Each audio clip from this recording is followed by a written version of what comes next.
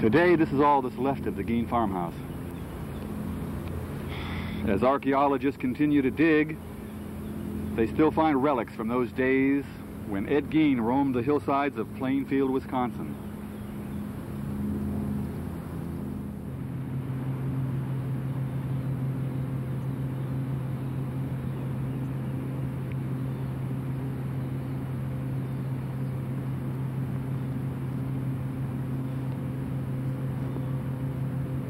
Most of the people of the whole world don't know that the most famous serial killer in all of history got his start in a place like this.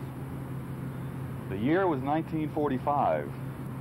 The place was Plainfield, Wisconsin, and the name was Ed Gein. Ed grew up in probably the worst environment any young man could grow up in. He was dominated by his mother, a vicious, bitter woman who hated women. His father was an alcoholic and abused and dominated by the mother as well.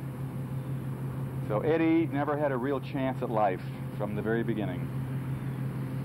He took care of his mother after the father died until 1945 when she passed away. He couldn't stand that. He couldn't take the shock of losing his mother, who had dominated his life for the 45 years up to that point. So when his mother died, he went into a real state of depression, and that was probably the turning point in his life. He was never normal to begin with. How could he be in that environment? But after his mother died, that was the turning point in his life. He came to a cemetery like this, and he brought a shovel with him, and he brought a lantern.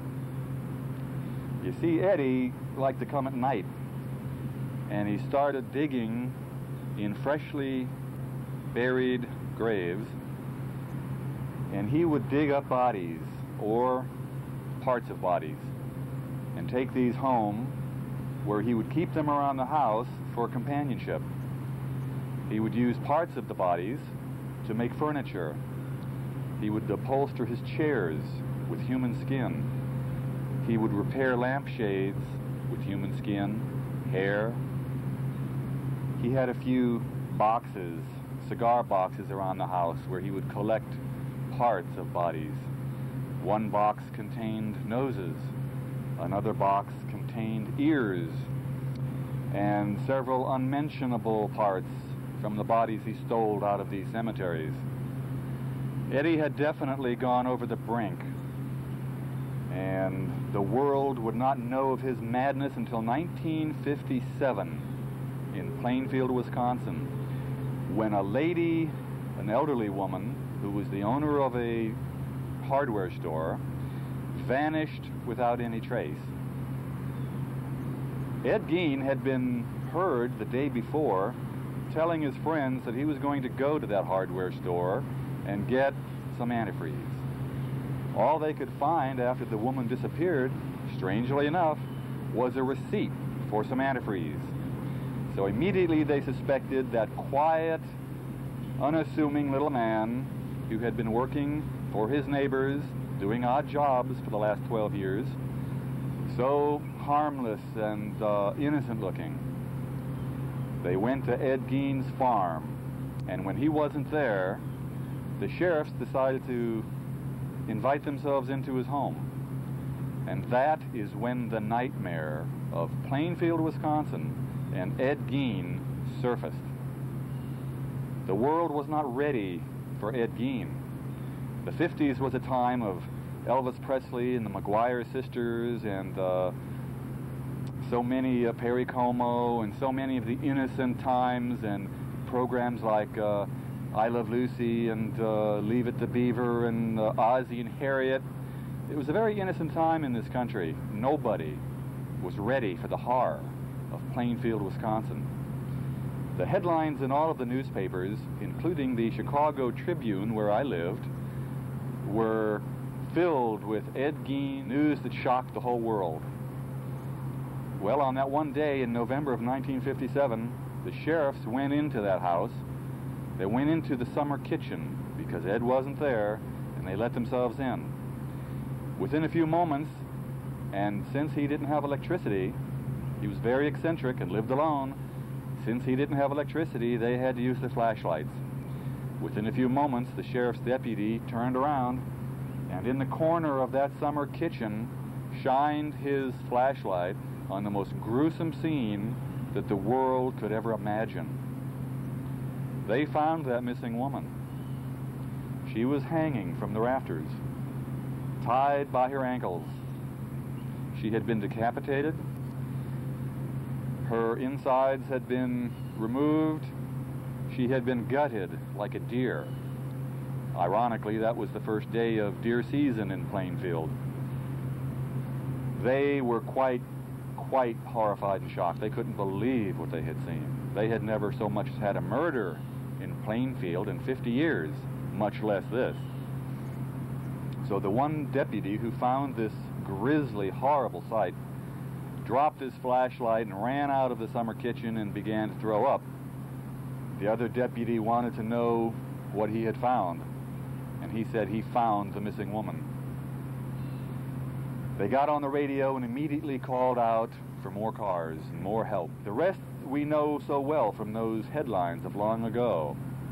The Butcher of Plainfield was born, Ed Gein. Reporters came from every country in the whole world. That night was like no other night in Wisconsin history. They got their lights, and they got their generator, and they set up shop there on the Gein farm, which was 125 acres right outside of Plainfield. They went through that home, and what they found was indescribable. They found the woman's heart in a pan on the stove. That raised the question of cannibalism, of course. They found the heads of many other victims placed at various points throughout the house. Most of these were placed at eye level. The theory is that Ed Gein could talk to these heads as though they were his friends wherever he went in the home. They were in his bedroom, the hallway, the kitchen. They were in every room of the house except for one room, which had been sealed off and kept exactly as it had been 12 years earlier when his mother died. And that was his mother's room. There wasn't any disturbance in that room whatsoever. Everything was covered with a thick cloud of dust, and the room was boarded up and sealed like a shrine. But they found plenty in all of the other rooms. Furniture was upholstered in human skin. There were implements, instruments, tools fashioned out of human bones.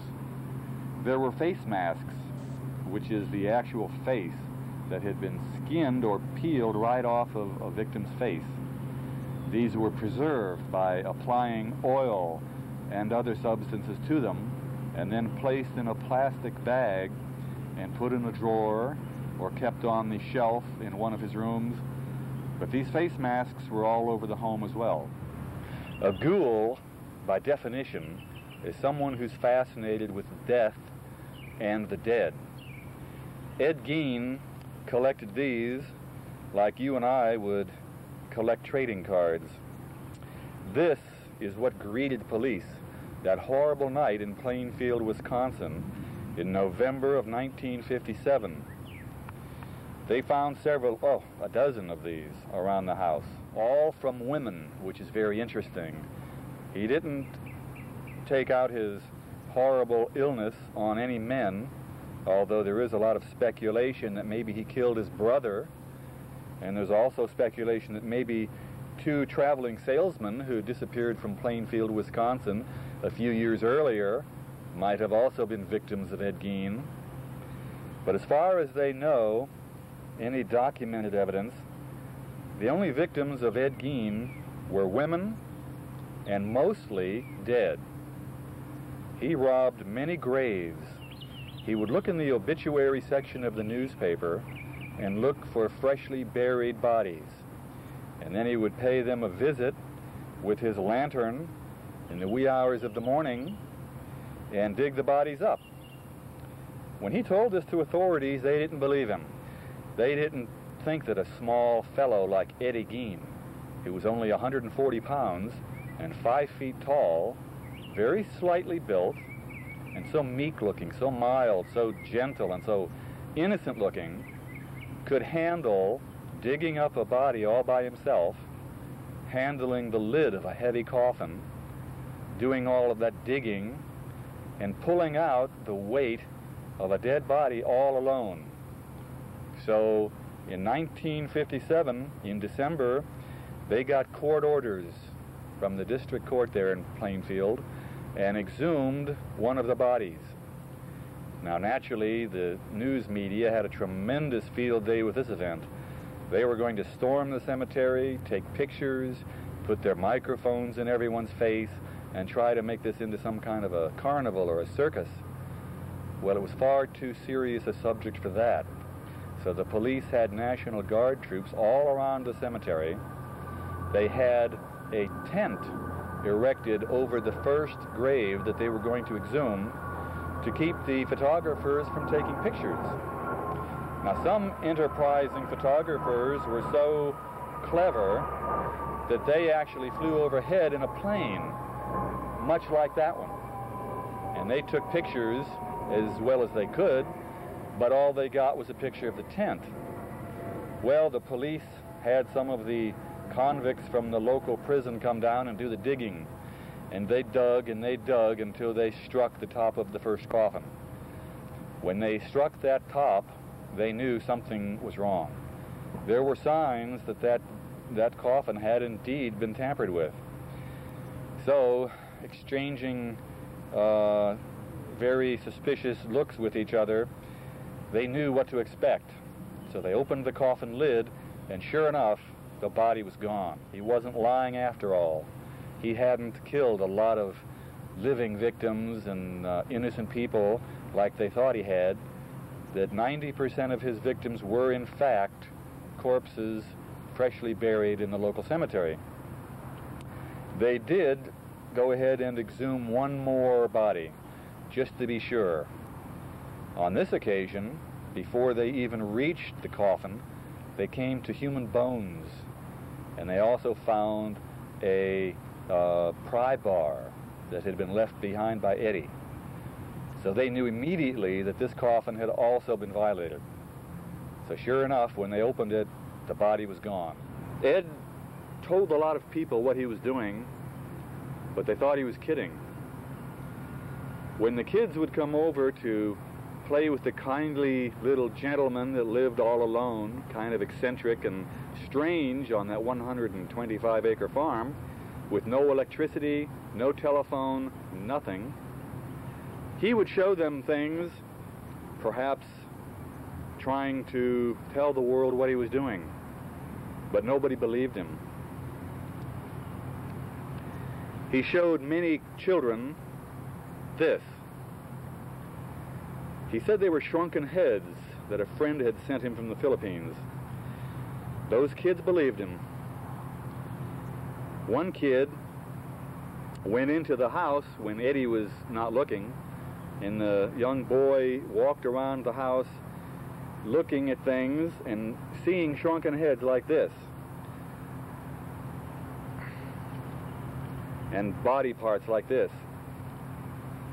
Ed quickly came back into the room and, to his surprise, found the little boy there, and immediately went into his explanation of how good friends had sent him these parts from the Philippines and South America. The little boy bought the story hook, line, and sinker, and then Ed Gein, our mild-mannered little ghoul, quickly escorted the young boy out of the house and breathed a sigh of relief that he hadn't been uncovered. The young boy and the other boys who would visit Eddie Gein would tell their parents that that man has shrunken heads in his home. And everybody either thought it was funny and strange, or they didn't believe it at all. But isn't it amazing that for the 12 years that Eddie Gein lurked around the countrysides and the cemeteries of Plainfield, Wisconsin, a more beautiful and peaceful and innocent community you couldn't find anywhere, nobody ever suspected that mild-mannered little man of being the most incredible ghoul and necromaniac the world has ever known.